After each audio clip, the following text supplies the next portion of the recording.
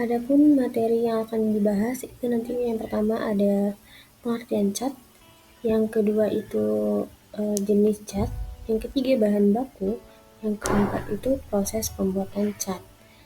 Nah, yang pertama itu ada pengertian cat. Cat itu dia adalah suatu cairan yang dipakai untuk melapisi permukaan suatu bahan dengan tujuan memperindah, memperkuat, atau melindungi bahan tersebut. Nah, setelah dikenakan pada permukaan dan mengering, cat itu dia nanti akan membentuk lapisan tipis yang melekat kuat dan padat pada permukaan tersebut. Nah, pelekatan cat ke permukaan itu dia dapat dilakukan dengan banyak cara, diusapkan, dilumurkan, dikuas, disemprot, maupun dicelupkan. Selanjutnya ada jenis cat. Berdasarkan kegunaannya, itu terbagi menjadi 7. Yang pertama ada cat tembok. Itu umumnya di dalam pengaplikasiannya itu menggunakan campuran air. Nah, cat tembok ini terbagi menjadi 3. Yang pertama cat dasar, berfungsi untuk menutup pori-pori dinding yang diplastar. Yang kedua cat eksterior. Cat ini dikhususkan dengan formula tahan terhadap cuaca yang ekstrim, anti jamur dan alkali. Yang ketiga ada cat interior. Nah, ini cat yang mengandung anti noda, antibakteri sehingga dapat dibersihkan tanpa menimbulkan noda. Yang kedua itu ada cat kapur, cat yang relatif murah. Dia bisa digunakan untuk mengecat dinding triplek, campuran pelamir, atau cat pelaton. Yang ketiga itu ada cat minyak. Nah, dalam pengenceran itu dia menggunakan thinner dan dipakai untuk mengecat kayu dan besi. Nah, untuk cat minyak ini terbagi menjadi 3. Yang pertama cat minyak dasar, biasanya digunakan sebagai dasar cat sebelum ngecatan kayu agar kayu itu dia bisa tahan lama. Yang kedua cat minyak ini digunakan setelah tahap di atas atau langsung digunakan. Nah, untuk yang terakhir ada cat litur. Ini merupakan cat yang dikhususkan untuk bahan kayu agar tampak lebih mengkilap. Nah, selanjutnya itu yang keempat ada cat waterproof. Ini biasanya digunakan untuk mengecat cat rumah beton, cat beton samping dan belakang, cat genteng. Nah, yang kelima ada cat kolam. Ini biasanya digunakan untuk kolam renang atau kolam ikan atau sejenisnya. Nah, yang keenam ada cat lapangan. Ini digunakan sebagai lapangan bulu tangkis dan lapangan tenis. Yang terakhir ada cat keramik. Digunakan untuk mengecat keramik-keramik yang buram dan yang sudah kabur.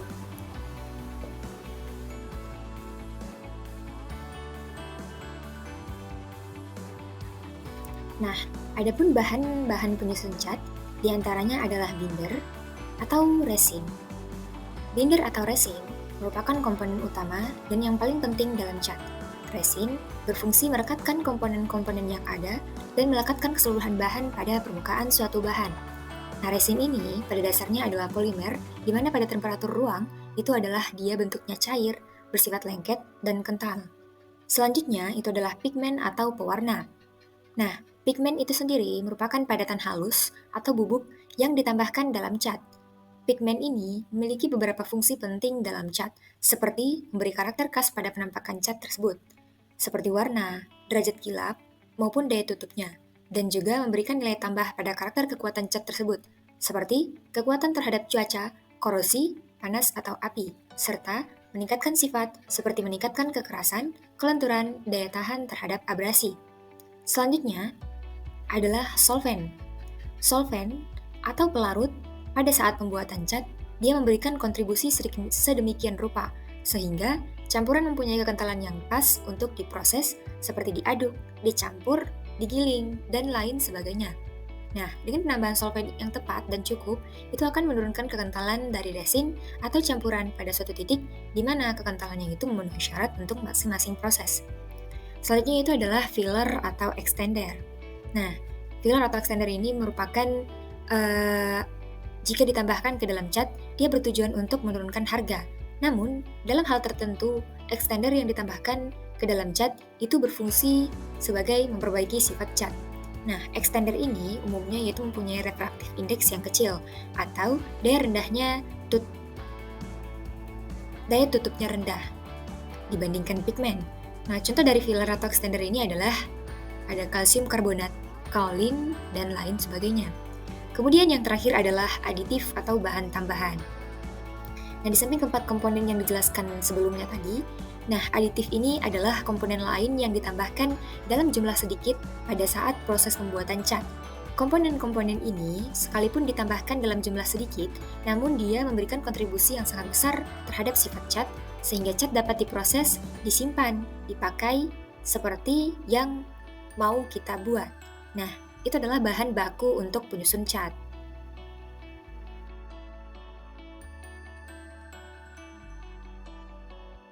Assalamualaikum warahmatullahi wabarakatuh. Saya Nurci Syari akan melakukan percobaan pembuatan cat tembok dari bahan-bahan sederhana. Selamat menyaksikan. Nah, untuk alat-alat yang digunakan dalam proses pembuatan cat itu adalah air, ekstrak dari buah naga, ekstrak daun pandan, ekstrak kunyit, lem fox, dan semen putih. Untuk bahan-bahan yang digunakan dalam pembuatan cat itu ada 3 buah gelas cup bekas, 3 buah sendok makan, 1 buah gunting, 1 buah kuas, dan batu giling. Nah, untuk proses pertama adalah ekstraksi. Ekstraksi ini merupakan pengambilan ekstrak dari bahan-bahan alami. Nah, yang kita gunakan dalam pembuatan cat ini adalah ekstrak dari buah naga yang diambil dengan cara buah naga itu di blender, kemudian ekstraknya digunakan sebagai pewarna dalam pembuatan cat. Kemudian, ada ekstrak daun pandan yang dilakukan dengan cara penumbukan daun pandan, kemudian ditambahkan dengan sedikit air, dan ekstraknya digunakan sebagai pigmen dalam pembuatan cat. Kemudian, ekstrak yang ketiga itu adalah ekstrak kunyit. Nah, ekstrak kunyit ini kita ambil untuk digunakan sebagai pigmen dalam proses pembuatan cat.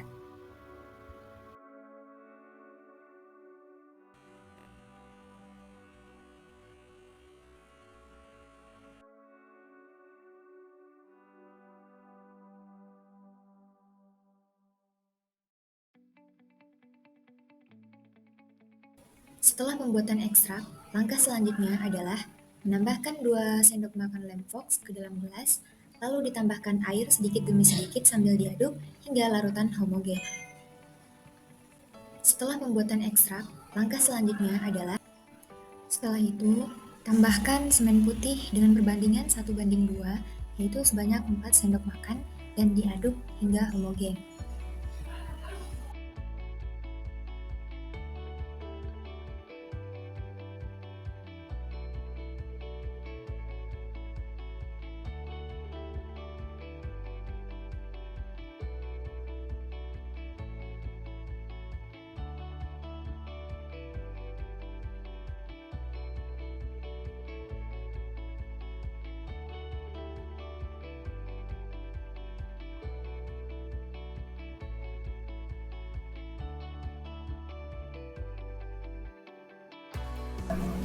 Setelah itu, variasikan cat dengan menggunakan warna ekstrak alami. Yang pertama itu ekstrak daun kunyit, yang kedua ada ekstrak buah naga, selanjutnya ada ekstrak daun pandan.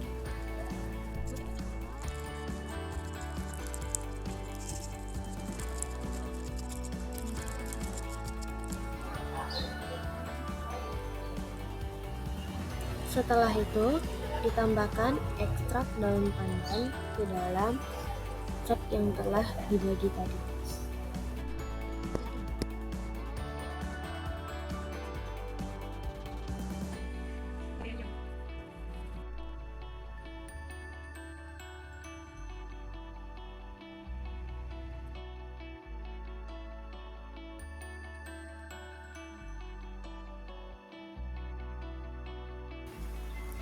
Cat yang ditambahkan dengan ekstrak kunyit. Cat yang dihasilkan berwarna kuning pekat dan menggumpal.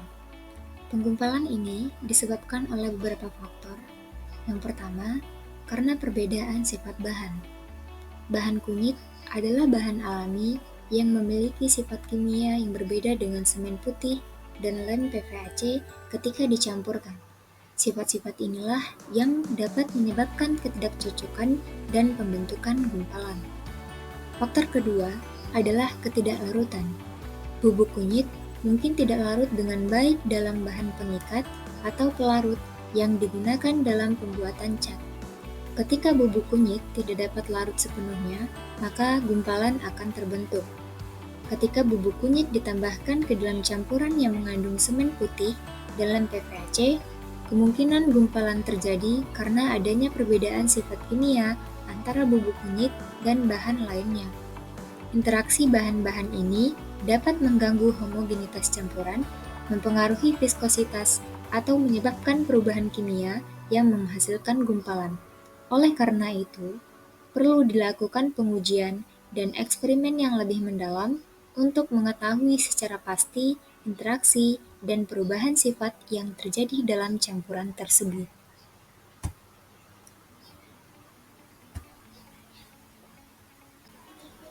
Pembuatan cat yang ditambahkan dengan ekstrak daun pandan.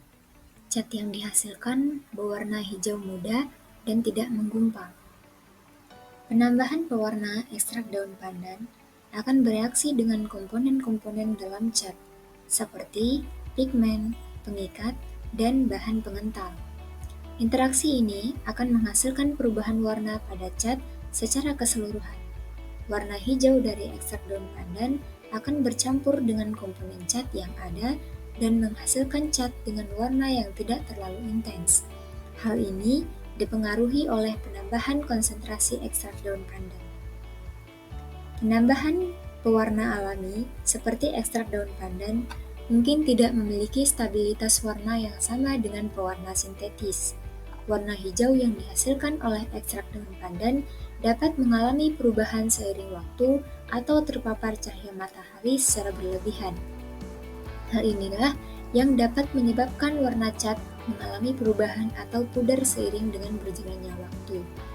Pewarna dari ekstrak daun pandan ini dapat mengubah viskositas cat yang mungkin mempengaruhi kemudahan dalam mengaplikasikan cat pada permukaan tembok.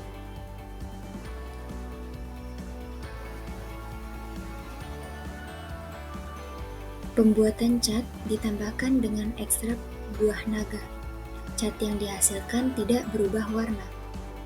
Warna yang dihasilkan dari pewarna alami, seperti ekstrak buah naga, sangat dipengaruhi oleh interaksi antara pigmen alami dalam buah dengan bahan kimia lain yang ada dalam cat, seperti pengikat atau bahan tambahan. Adapun faktor penyebab warna akhir yang muncul berbeda, diantaranya adalah karena adanya interaksi dengan pH. Pewarna alami, seperti ekstrak buah naga, sangat sensitif dengan perubahan pH.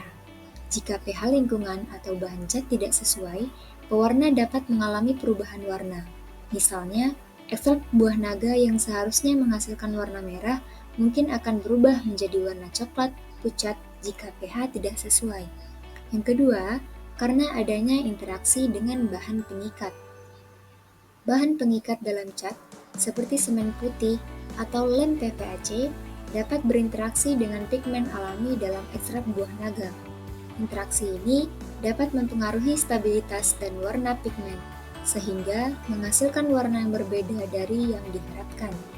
Faktor yang ketiga adalah karena adanya reaksi kimia. Pewarna alami dapat bereaksi dengan bahan kimia lain dalam cat, seperti oksidasi atau perubahan molekul. Reaksi kimia ini dapat mengubah warna pigmen alami dan menghasilkan warna coklat pucat. Nah, itulah kenapa cat yang dihasilkan tidak berubah warna. Kemudian, hasil percobaan juga mendapatkan cat mengering selama 1 jam 4 menit dan cat tidak tahan air.